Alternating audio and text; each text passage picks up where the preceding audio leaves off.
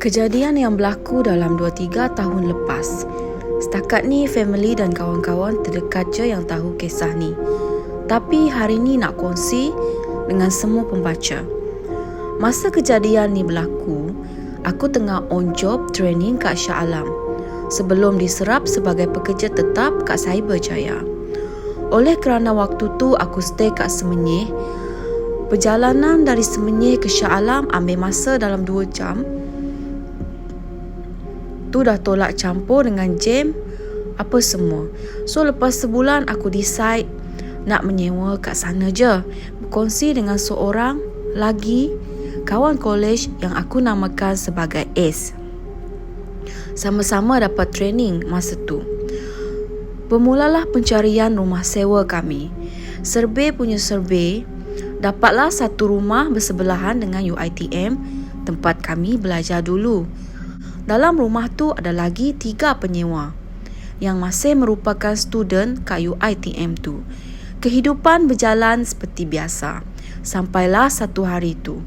Hari tu si S ni tak datang kelas training sebab dia balik kampung kat selatan tanah air. 3 orang lagi penyewa ni pun tak ada kat rumah. Mungkin masing-masing balik kampung memandangkan waktu tu cuti misem. Maka tinggallah aku seorang. Petang tu habis je kelas, aku tak terus balik rumah, tapi singgah dulu kat Masjid Shah Alam. Entah kenapa aku rasa tak sedap hati hari tu.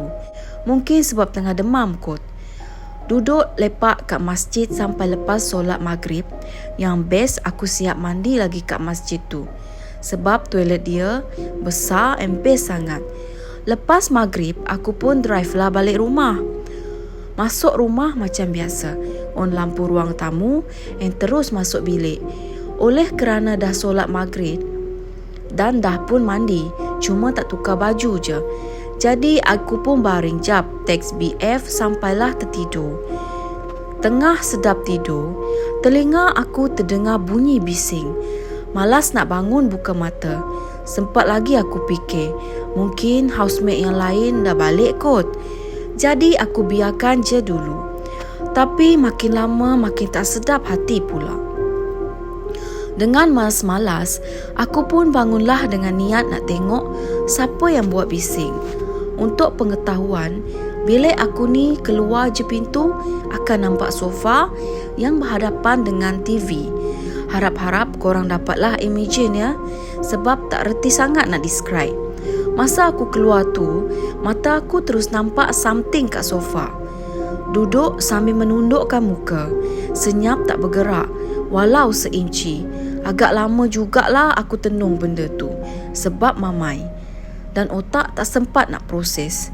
Seakan berkabus and boleh nampak dinding kat belakang benda tu.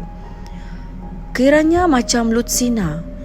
Bila sel otak dah berhubung, aku macam tersedar.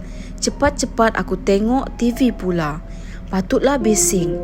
Rupanya dia yang tengok TV tu. Masa tu macam dah start takut, tapi still boleh kontrol. Aku jalan mengundur untuk make sure benda tu tak sama-sama bangun ikut aku. Korang bayangkan, aku jalan dengan badan yang aku rapatkan ke dinding sambil mengundur. Konon-konon buat macam tu biar benda tu tak dapat nak sergah dari belakang lah kan.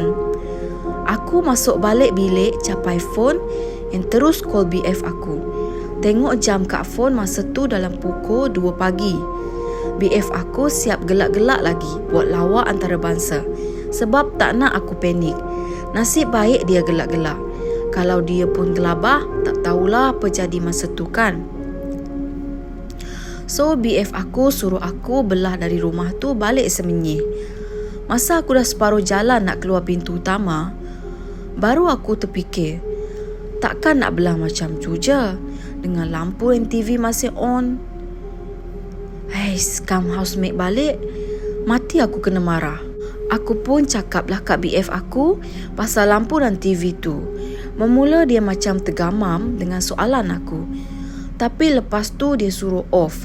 Dalam masa takut tu, mata aku pun melilau lah cari remote TV tanpa bergerak dari dinding tempat aku bersandar. Sekali mata aku terpandang remote ke atas sofa. Betul-betul sebelah benda tu. Aduh, kerja gila kalau nak pergi ambil pula tu. Sel otak masih banyak lagi yang tak berhubung masa tu. Aku pun tanya lagi kat BF aku macam mana. Boleh pula dia bongokkan aku Suruh aku off TV kat suis dinding tu je. Macam manalah boleh tak terfikirkan. Kan free-free je kena bongok.